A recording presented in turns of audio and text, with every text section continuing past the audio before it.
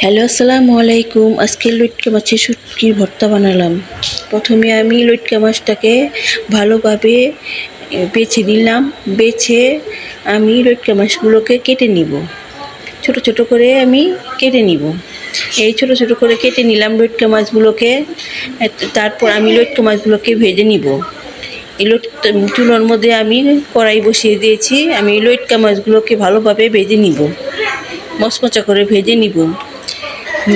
ভালোভাবে নাড়াচাড়া দিয়ে আমি লাল করে লইট্টা মাছগুলোকে ভালোভাবে ভাজবো। ভেজে নেওয়ার পর আমি এই লইট্টা মাছগুলোকে লাল লাল করে ভেজে নিব। এই লইট্টা মাছের ভর্তাটা এভাবে বানিয়ে খেলে খুব মজা লাগে।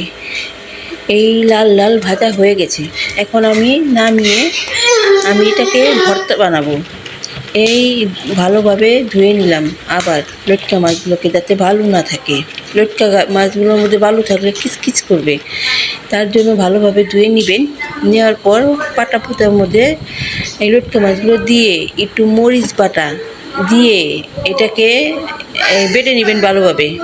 আমি এটাকে ভালোভাবে বেটে নিব। এখন আদা বাটা করবো। এটার মধ্যে একটু পেঁয়াজ দিব।